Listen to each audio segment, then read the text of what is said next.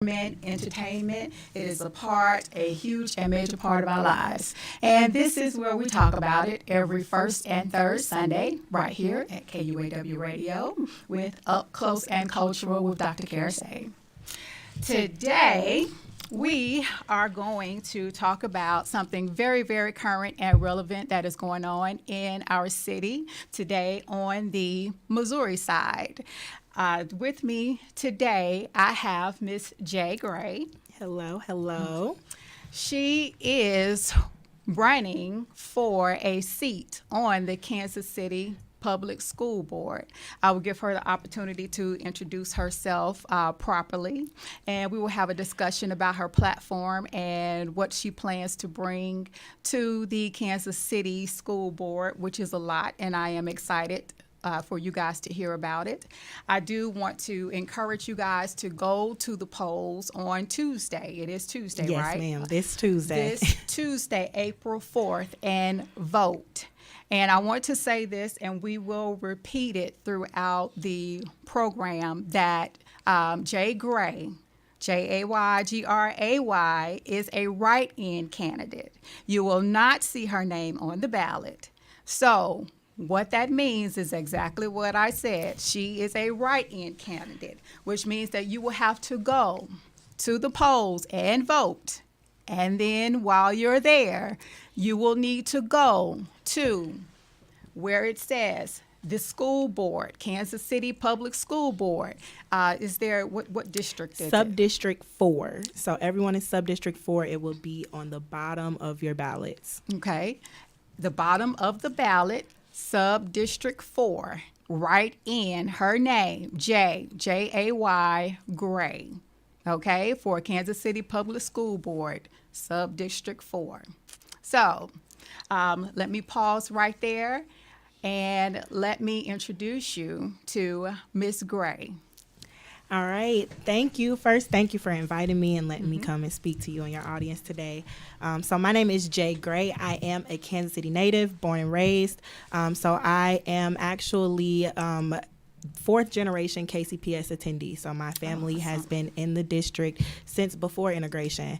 And so I actually did not graduate from the district. I graduated from University Academy, which is one of kind of those sparks as to why I'm running. So with that, I have a background in education. So my first degree is actually in history from the University of Missouri, Kansas City, where I did my research focus specifically on the effects of de facto segregation on the Kansas City Public School District. So I have been very interested in the Kansas City Public School District and their outcomes for a very long time. And I, made sure that I continued that research even while I was in undergrad. So post-grad, I worked in Kansas City Public Schools as a college advisor, and that's where I found my passion. So I love education, but where I found that I make the biggest difference and I feel like I make the biggest impact is specifically in that post-secondary outcome sector. So when we talk about the college and career access and success, as well as just kind of making sure that we are keeping students retained if they are going to college and helping them graduate. So that's where I found that my, that's my focus, but education in general is my passion. Awesome. That is remarkable. So you do actually have a background in education, and it sounds like you come from a background of educators. I actually don't. So no. I'm not one of the success stories of the district. So I'm fourth generation KCPS, but I was the first to graduate in my line. And I did not graduate from KCPS. That, in turn to my family, like that says just kind of a lot of the struggles that we have had to kind of endure throughout all of these different times and periods of Kansas City Public Schools. Absolutely.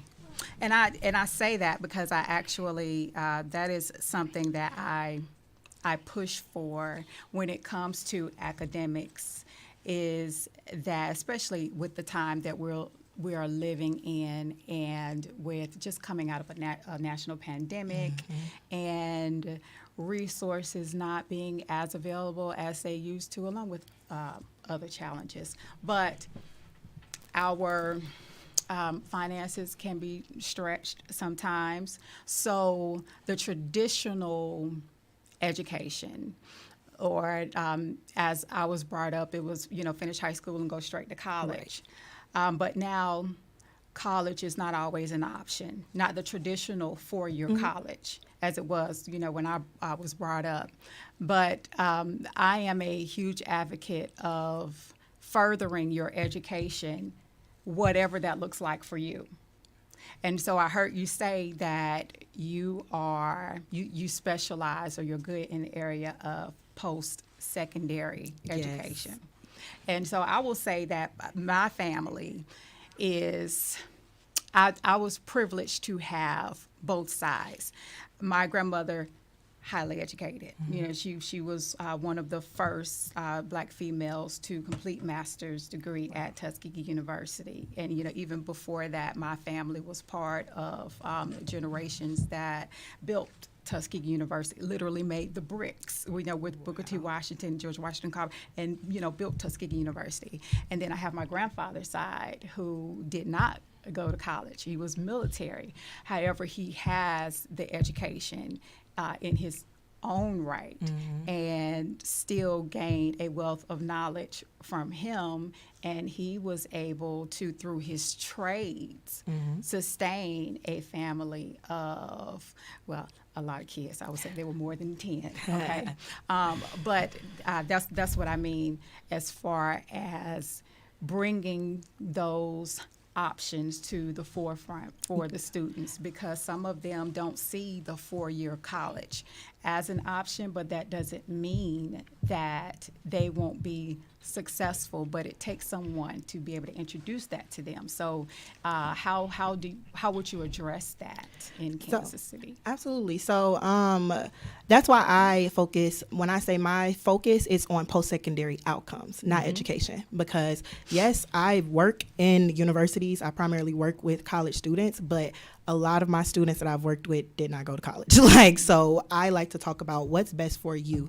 I'm big on finding the best fit for each student. So a part of my strategy when it comes to coaching is just kind of knowing each individual person. I think that's very important. And so as a school board member, I'm not going to be able to know each individual student in my schools. But I do think it's important that we establish policies and goals that allow these students to explore different career options earlier. So, if we are only allowing them to kind of find out what their options are junior year or senior year, it limits them on the options that they can actually search for and find that may not be a college route, right?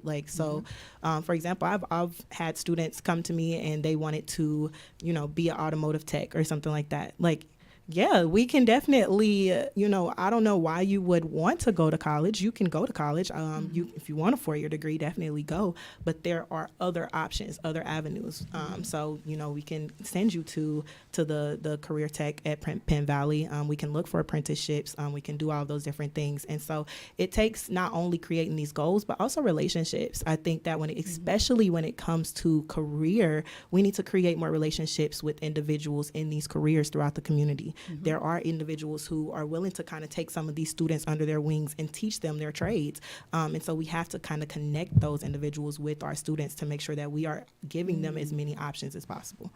Absolutely. Absolutely. I'm so glad that you brought that up. That was actually going to be my next question, because I found that if you look at the history of education, trade programs used to be a big part. I remember when I was in high school, that was the FBLA, the Future Business Leaders of America, and I'm from Alabama, so I know you'll hear my country accent jump out every now and again, but we even had the FFA, the Future Farmers of America, and all of that. They get good scholarships. Excellent. Very good. But part of the curriculum was, along with also the automotive, and I remember we even had, it wasn't yes, it was a greenhouse. We did have a greenhouse outside my high school when the new one was built. But part of the curriculum was actually being hands-on in the automotive department, or you were out there with the plants, or you were out there with the cattle, whatever the trade was, you were a part of it. And then if your goal was to go to the four-year college, then you were on the college campus. So as you said, everything was individualized. And I was fortunate enough to have, or to be in an educational environment to where that it kind of came natural. It was a part of it. And I will just have to say, you just don't see that. And that's not a Kansas City thing. They actually have taken those trade programs out of the school system. But not all of them, because a lot of our suburban schools have great trade programs. There's a decent amount of these ones around the city that do. And I know KCPS, Absolutely. like, I'm not saying that they don't. They have VOTEC. They do. But I do think that is where, so one of the main things that I feel that I am different from other candidates is that I'm very big on student voice. So making sure that we talk to the students and get their input and their opinions as well. So, for example, when it comes to the VOTEC program, individuals who are, who don't really kind of interact with the students who go to VOTEC or want to go to VOTEC, you would know, like, okay, well, yes, they get this opportunity, they get to go and they take all of these trade courses and things like that, and this is a great program. But once you talk to the students and you realize there's a lot of students who can't go, like a lot of the students who would most benefit from VOTEC, they can't go because by the time you are allowed to go, it's your junior year when they make these decisions, and no one has basically made sure help them stay on track to even be able to meet the requirements to go to VOTEC. So you have to be graduating, you have to be on track with your credits and requirements. You have to have, like, there's certain requirements that you have to meet, and we're not telling the students early enough, like, hey, if you want to do this later, like, these are the things you have to do. And I think that goes with both college and career, because I worked at Central, and a lot of my students did not start talking about college till junior year.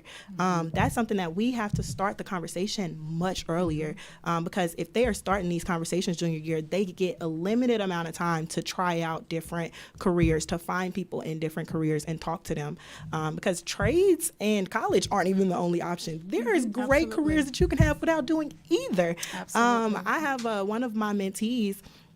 She came to me asking about, like, if she should switch her job, because she was getting offered a job in banking. And I'm like, absolutely. Like, this is something that is a career, like, that you don't need to go into having that college degree, and you can still move up, like, and you don't need a trade or a degree for that, right? So, but we have to put these options in front of the students and show them, like, to be a financial advisor, you need a certificate. You don't need a degree. Like, there's so many different ways that you can be successful. And I think that especially our communities, Black communities, we aren't exposed to as many different careers as other people. And so it limits it in our minds of what we can achieve and where we can go. Absolutely. I'm so glad that you said that. I'm definitely going to have to talk to you about that in detail later, because there is actually a program down south that I helped to implement through the Goodwill Industries that did that, because you also have real estate and things of that nature. But there is, just to give you a little background about it, there's a college, I think it's Columbus Tech. It's Columbus Tech. And so what Goodwill Industries did is they came in, and pretty much what you said, Synovus, which is the big bank down there, for example, they would have an accountant come in, give them a classroom, they would teach class. A lot of these trades or vocational skills, you just need hours up under your mentor, and then you will be able to get your certification. And that's what they did. They taught the class, they shadowed them at work, and then before you knew it, you had some of the kids would come out with these certificates or these trades before they came out of high school, and then they're able to go straight into the business sector right out of high school. And that's how it should, so, because this is our workforce. Like, we always talk about, like, all the jobs that we can't fill, and all this is where the Absolutely. people are coming from. Like, why are we not Absolutely. trying to catch them while they're in high school? And then I also feel like giving these students the opportunity. So one of the biggest things that like used to irritate me at Central was like, we know my students got to work. Like, we know there's a lot of students. I didn't even go to Central. I went to UA and I had 2 jobs my senior year. Like, just because somebody goes to a certain school does not mean that, they have a certain lifestyle and they don't have to do certain things. So a lot of our students have to work, have to take care of families, have to do all these other things. And so one in particular, like there was UPS. They had this deal with Central. I don't know if it was at other schools, but it was specifically, I know it was at Central. And basically, the certain students, I believed you had to be 18 years old, but there's a significant amount of them. They got to work for UPS. But what that looked like is them kind of picking them up at like 10 p.m. and dropping them back off at the school at like 1 or 2. And they have to go to school at 7. So how is this helping them? How is this benefiting them? Like, yes, they need the money, and I feel like a lot of my students needed the money, so they needed the job, and it just made sense to them. But how do we make sure that we're giving these students the opportunities to learn these skills and make the money at the same time? How do we connect with these businesses? How do we, like you said, the apprenticeships? How do we make sure that when we're putting them out there, it's not just to volunteer, it's not just to do a lot of these things? Because yes, volunteering is important, but a lot of students don't have the time to just volunteer all of their time. Like, they need to be able to make some money while they're doing that. Otherwise, they're not going to come. They're going to go to work. Right. And that is what you talked about just a little bit ago about relationships. Because if the teachers, the school board would, if they had that liaison to be that go-between with the school, or even just themselves, making that a part of what the school system does, then that would be someone who could be there. Because let's just say that was the only option that UPS had. Then how, because you don't want to let a job like that go, So because the benefits and just what UPS can bring to someone's life. But just taking that, what happens at UPS that could possibly be course credit? Right. So that maybe when they get off at 1 or 2, they don't have to be at school, because those first few classes we can adjust they gained, that education requirements, or maybe not go to school that next day that they're off. That they're working. Yes. So there are options, but it takes a conversation. It does. And from conversations, it's because of that relationship. Yes. So you have a lot of great ideas. I love it. But also, one thing when it comes to students and their education is them being in an environment where they can learn. And a part of that is safety. Yes. So what do you imagine or seeing, or maybe I should say, what do you think about as far as safety? So when it comes to safety in schools, I think that all schools would benefit from more mental and emotional health services in general. Our students are going through a lot. They have, a lot, not all of them, but a lot of them, are coming to school. They have all of this trauma in life or things that they've experienced previously, and they're still coming and putting forth the effort. Some of them might not put forth the best effort, but how do we figure out how to, they're there. And like, that's what I used to have to say all the time at Central, is like, at least they hear y'all. Like, we have to figure out, like, let's talk to them and figure out how to continue to get them here until, they do have that motivation to actually succeed. But again, like you said, those relationships, and I think that, different supports and counseling, like, figure what that looks like would be up to, each individual school and the counselors and the staff. I think that it takes for all the stakeholders to come together, as well as bringing in students.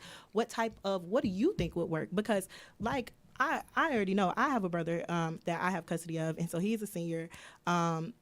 He, like, in general, if you put them in a room and like, oh, you need to do some counseling, they're not, there's a connotation to that, especially in Black communities or minority communities. So how do you work around that? What type of programs or things can you put in place that still allows them to get this counseling type thing without it feeling like an actual counseling situation, right? Like, does that mean that we have like group sessions, or we do things with them just I think helping them kind of work through some of these traumas and helping them work through that anger and learning. Like, I know I had to learn as an adult. Like I said, I'm from the inner city. Like, I come from the same communities that a lot of our students are coming from.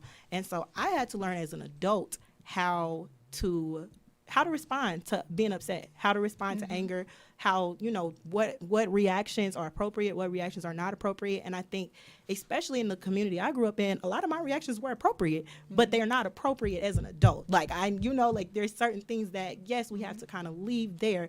And even as a child, it shouldn't be appropriate. But how do we change that mindset? Because right now, that's the mindset. It was the mindset when I was a kid. So I know that that's the mindset for them. And so, again, it is about relationships. I know the students that used to, when I was at Central, the ones who I knew fought all the time, like, those are some of the ones I had best relationships with, because I'm talking every time they're in trouble, I'm pulling it back here. Now, what happened? Like, what do we talk about? Like, what? And they're, and after a while, now they're in their heads, like, all right, if I swing on you, Miss Gray gonna say something to me, so I'm just gonna walk away, right? Like, you have to figure out, like, what motivates them. I would figure out, like, what makes you want to come to school? Like, for those of you who actually want to be here, like, there was one in particular, she really wanted to go to college, and I'm like, baby, I can't get you there if you keep fighting. Like, I need you to help me help you, right? Like, so how we have to figure out what would work for them. Each student is different.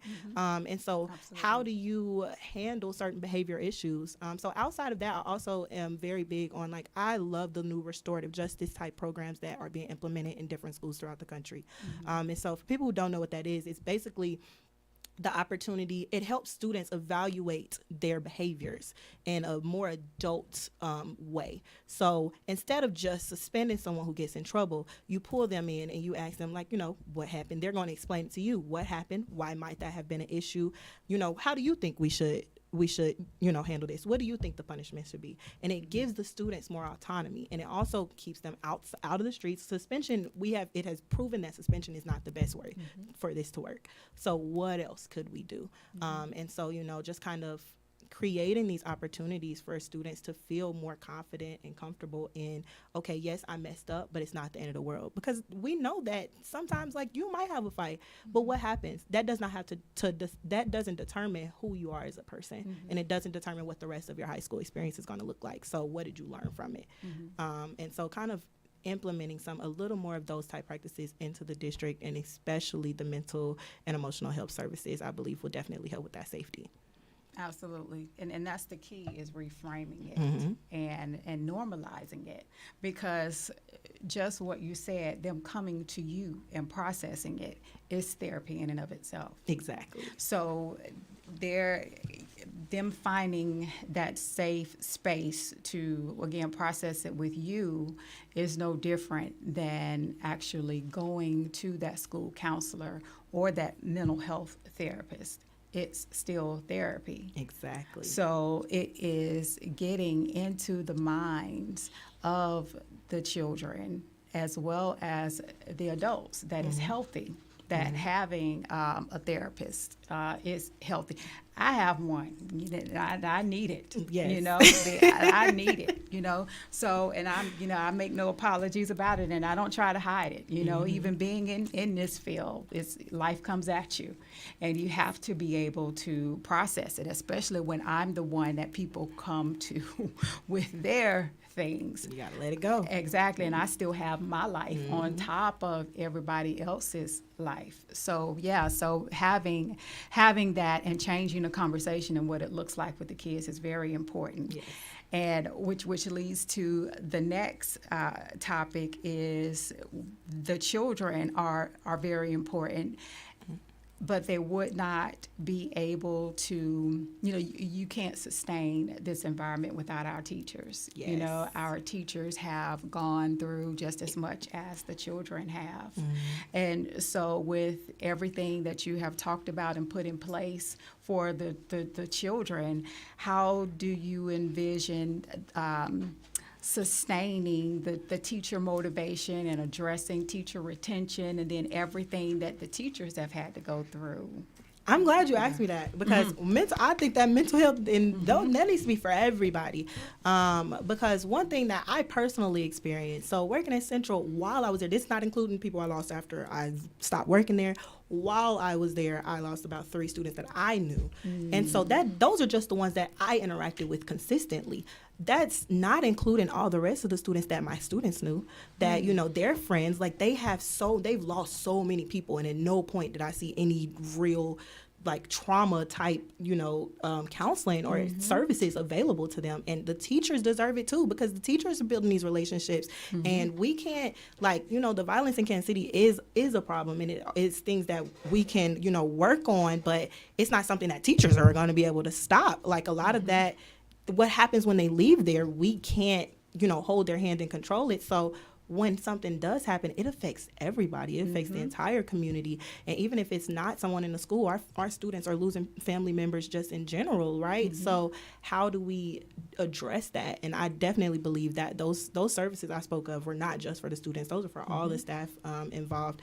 And I'm very, like, as a teacher, I do kind of realize that there are certain supports that should be available. So one, shout out to KCPS for raising that minimum teacher wage. So that was, you know, awesome. One of the biggest things that I spoke about at the beginning of my race, but that has been done, and shout out to them for that. But when it comes to retention, how do we keep them?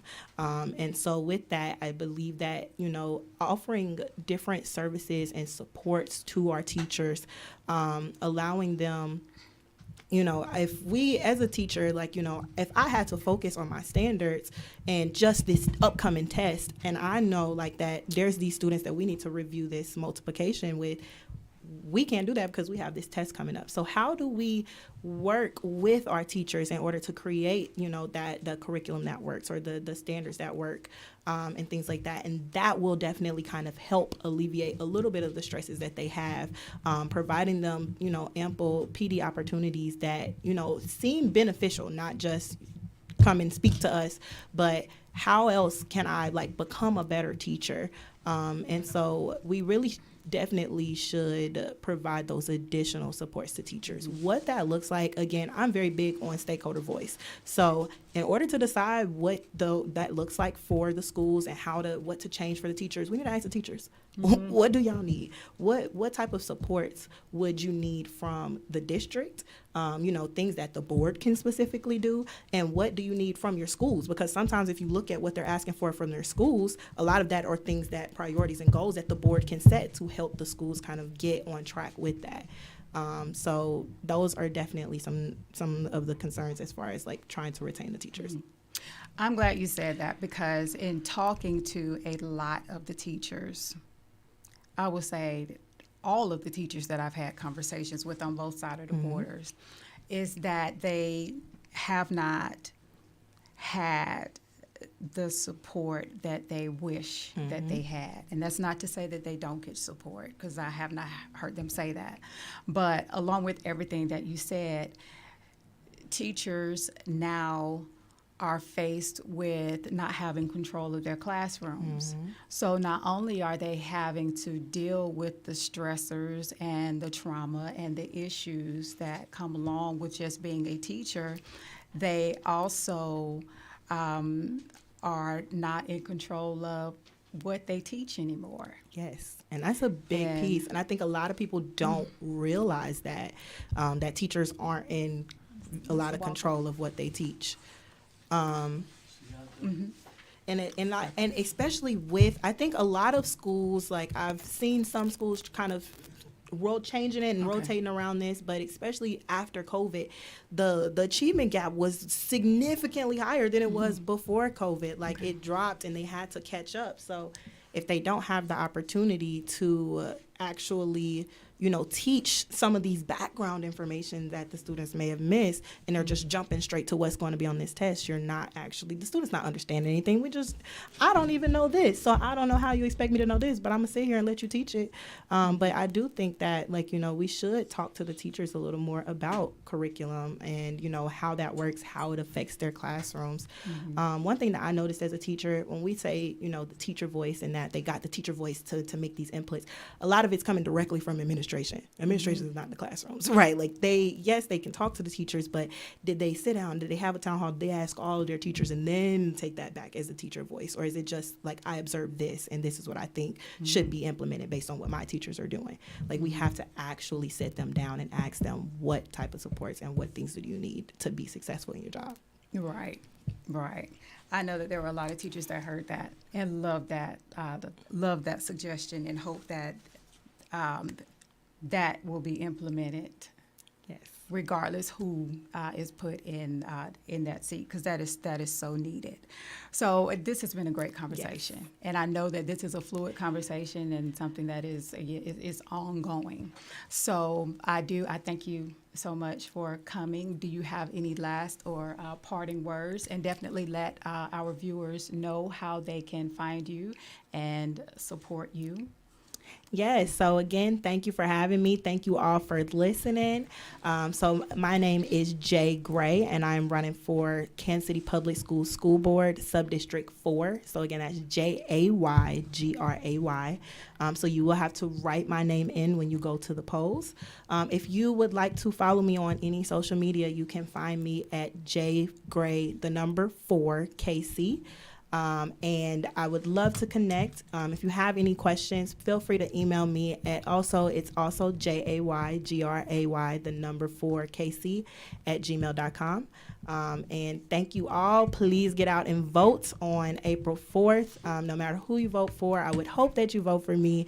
But no matter who you vote for, this is a very important election. So please make sure you get out and vote. Thank you. Right. Thank you so much, and good luck on Tuesday. Thank you so much. Okay.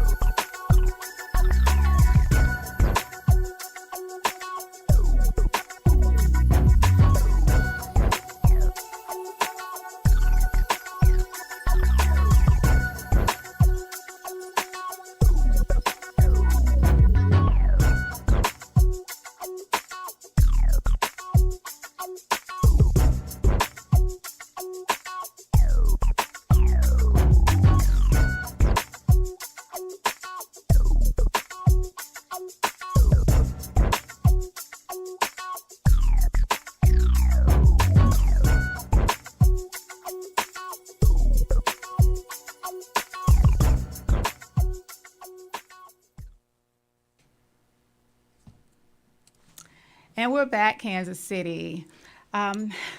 We have another guest with us right here on Up Close and Cultural with Dr. Karasay.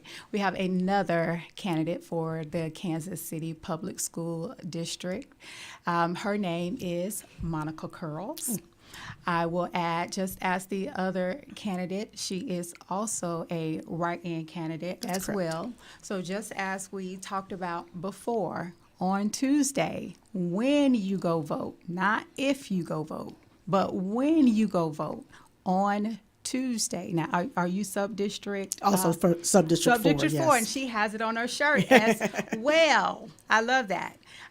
When you write it in, you look on the ballot, and it's because her name will not be on there. So you have to go to the ballot.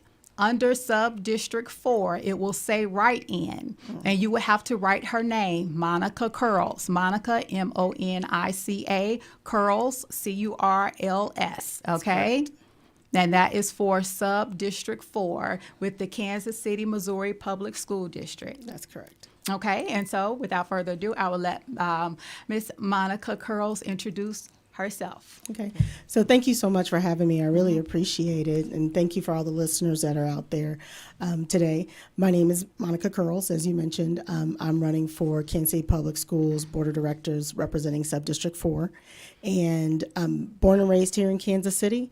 It took us about 3 minutes to get here to the W.B. Du Bois Learning Center. That's the home where I grew up with my mother. And if I went 4 minutes the other direction, then I'd be at my own home. So long-term resident of Kansas City, had the opportunity to attend Georgetown University for college, and then also have a couple of master's degrees from Avila here in Kansas City. Just am really passionate about youth and children and making sure they have the same opportunities that I had. I actually spent my whole life in Catholic schools because my family was Catholic, raised Catholic, you went to Catholic schools. But I don't think that that's an opportunity that should, of a quality education should just be afforded to me or people from my kind of background. I think that that's an important thing that all students and children in our neighborhoods need to have as part of their lived experience. And, you know, here in Kansas City, we have this great sports teams and, you know, talking about all these great stadiums and great events coming to the city. And we keep treating our children like an afterthought. And this city will never be great until we make them a priority. And that is really why I'm wanting to join the Kansas City Public Schools Board of Directors. Wow. Wow, I've never heard it termed that way, but I can't say that I don't agree. So you being a Kansas City native, and I understand that you were a part of the, I would say, Catholic school system, but one thing that I can say is that when you bring in different experiences, it lets the children know that they have options. Yes, absolutely. And that was, I was actually just at Genesis School on Friday speaking to some of their 7th graders there. And that's really what I was emphasizing. You know, I recognize that my background and lived experience is going to be different from theirs. So I didn't want to talk to them, you know, kind of condescendingly, acting as if, oh, if you just pull yourself up by your bootstraps, you know, that's not their experience. They didn't kind of, a lot of them didn't start with some of the advantages that I had, but still letting them know there's still some opportunities available to you.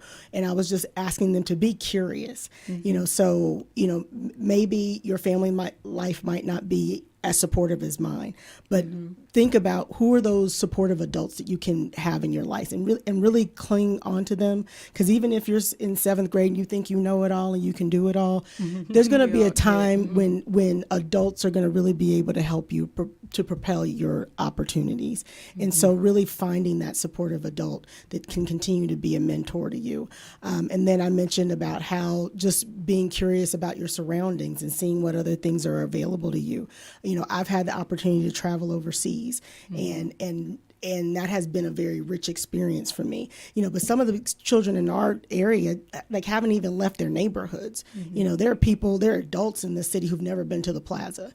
And some of that might be because, you know, they weren't always known for treating us well. But I mean, they're just other parts of even this community. Yeah, but even this community that they just haven't even explored or even know or understand. And so that was really the emphasis of what I was talking about, is just being curious and letting yourself be open to new experiences and opportunities. And I think that's kind of the first step in helping to see other paths that might be available to you. Right, and that is so important. I'll, you know, ask you the same thing that I asked Ms. Gray when she was here, because one thing that I found with the students here, and still keeping with the theme of the different backgrounds, is that different does not mean better. Absolutely. And so it's about affording children options. Yes. And so what looked good for my life may not look good for yours, but it doesn't mean that my path was any better than yours, because there are various fields. Yes. And you can excel as a real estate agent and make X amount of dollars or the same amount of money that I make, which is a field that you don't have to go to a 4-year college for, or a plumber or a welder, who some of them make $50-something, $60-something an hour. Yeah. But in order for that to happen, our children have to be exposed to that. Yeah, absolutely. And so how do you feel about that and bringing that to the Kansas City School District? Well, I agree with what you've said wholeheartedly. You know, I was blessed to be endorsed by the AFL-CIO and several other unions for exactly that reason, because I recognize that not everybody's path is a 4-year degree. And there are some good, and we need to stop treating non-4-year degree options as if they're the lesser option. Like, these are first choice, high paying jobs through, like someone was just telling me when I went to meet with the laborers the other day that an elevator mechanic and operator can make $68 an hour. And that's like right after they finish their apprenticeship. They can then go into a high paying job, and $68 an hour is like I should know this, like $120,000-$130,000 a year. That's a good, especially in Kansas City. That's an excellent salary. But we keep acting as if, oh, well, if you're not successful here, then this is your option, as if that's like I said, a second option. And if they want to go into college, I wholeheartedly support them. Let's figure out how we can make them be successful. But just letting them know there are other options, and bringing the unions into the schools so that they can help expose them to these kind of opportunities, I think is going to be really important to creating important pathways to success for all of our children. Absolutely. I love that answer. So, because I'm a big advocate of, well, I'll say this. When I look at education the same way I look at my own clients. So when someone walks through the door, the goal is not to keep a person in therapy forever. That very first day that you are with them, you do an assessment and you find out what the needs are, and then from there you write the treatment plan and you set the goals to transition them out, whatever that looks like. And so in my mind, that is what education should look like. Yeah. And so when they come into high school, even before then, but I'm just thinking about high school right now, the way that it's set up. So when you come into the 9th grade and you are given those skills tests, and definitely having conversations with children about what they want to do and how they see their lives. And definitely that's not the one and only conversation, because we know that that's a fluid conversation and it's going to change. Yeah. But at least you get them to start talking about it. And then that is what the rest of the track of their high school career should look like. Yes, exactly. Right?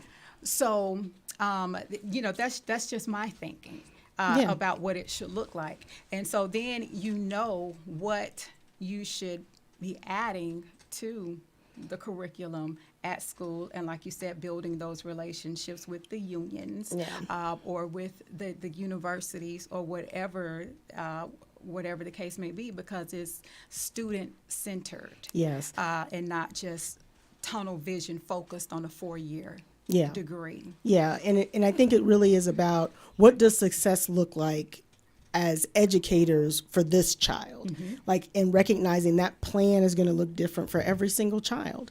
And we need to be able as a district to be more fluid in how we present those educational options that gives them a path to success. Excuse me. That gives them a path to success. And like I said, that's going to look different for every child. So that's a lot of individualized instruction, path making, but I think it's essential.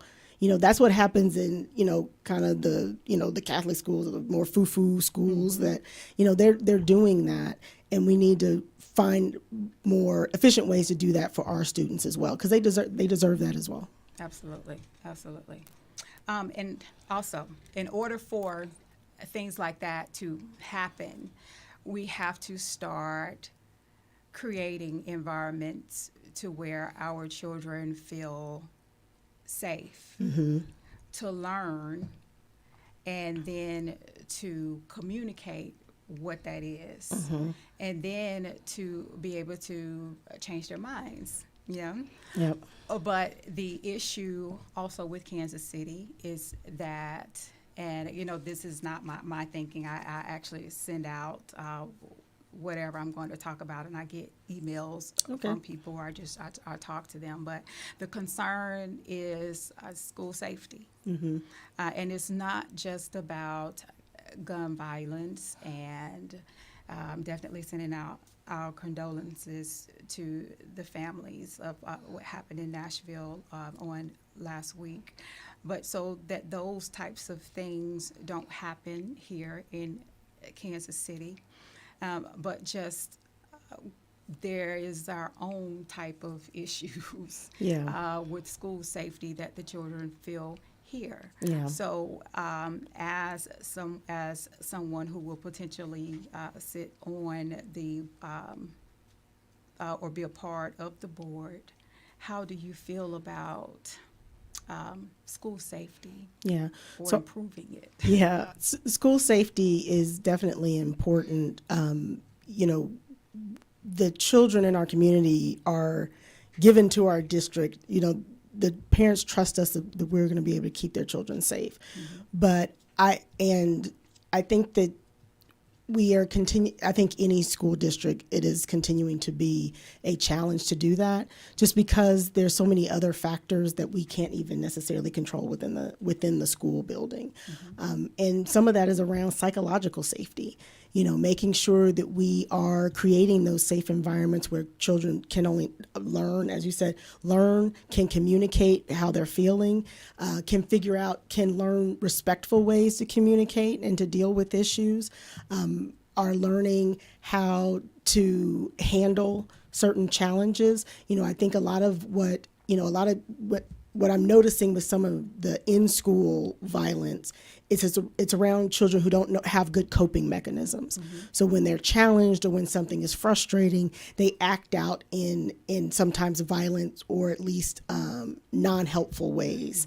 And so how do we, you know, bring in that social emotional learning element into the classroom so that everyone's learning how to be respectful with one another, both teachers to the students and students to the teachers, students to one another. How do we expand more of the restorative justice models in schools so that children can be the authors of their own solutions and own kind of arbitrators of peace amongst each other. I think there are tools that are out there. It's just about how do we have all the schools utilizing those tools, reflecting those tools so that the students can have that be part of their toolbox when they're figuring out how to interact with one another. Right. The mental health piece is absolutely needed and very important. And for my last point and question for you is I believe that it goes both ways because even in speaking with the teachers, our teachers are not feeling very supported. Not that they don't feel any support, because they do, but our teachers have gone through as much as the children have with COVID and with this big transition. And then also with not having the autonomy and the control over their classrooms as well, with their curriculums, what they teach and how they teach, and then everything that comes behind that, because so many things have become politicized.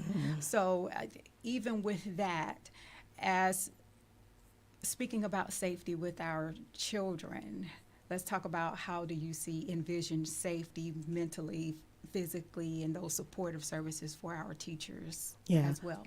So anytime I meet a teacher, I say thank you for your service. Absolutely. Because they are in the trenches and probably dealing with some of the same emotional issues that even some of our armed forces are, and getting it from multiple sides. You don't see people sometimes as supportive of teachers the way they are of our military. And, sometimes they're, especially with these school shootings, teachers' lives are on the line too. Absolutely. Right now. Absolutely. And so, I like that the district has, for at least this next school year, they've instituted that each month they're going to have one day of teacher development. So one full day, instead of it being like 3 hours, one afternoon a month, they're actually focusing one day for teacher development. And they're going to provide other supports, because it's hard for parents to have one day a month that they're not going to, so they're going to have other supports like childcare and things like that. I know that they're working that out. But I think that's a step in the right direction of recognizing that our teachers deserve those same supports that we are asking our teachers to provide for our students, and giving them an opportunity to develop as teachers. I am definitely supportive of the additional pay that we've increased the starting pay for our teachers to be one of the highest in the state, I believe. And so that's a great step in the right direction as far as retention. I think that we need to be instead of thinking that we're going to teach the same thing in the same way across the district, we need to recognize that doesn't work anywhere. You can't teach students that are very different and come from very different experiences the exact same way and think it's going to be effective. And so I think what we should looking to do is when we see those successful teachers and we see those successful classrooms, let's look at what is it that they're doing that's creating those successes, and how do we replicate that in other schools. I think it's great that we have this Lincoln, high school that is this model for the nation as far as education, but we shouldn't have one Lincoln. We should have 5.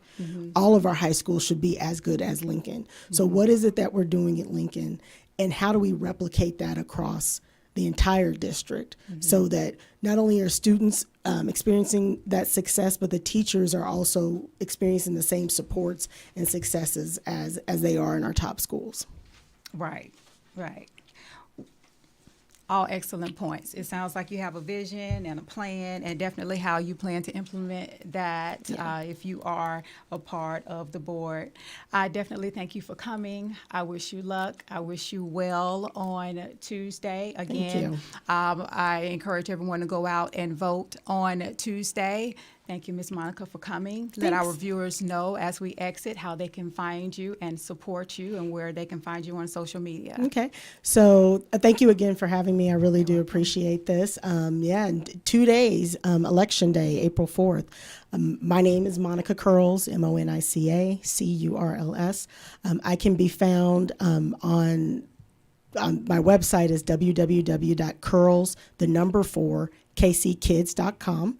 You can also find me on Facebook, the same page, Curls for KC Kids, and on Instagram, also Curls for KC Kids _2023. I think that's where you can find me.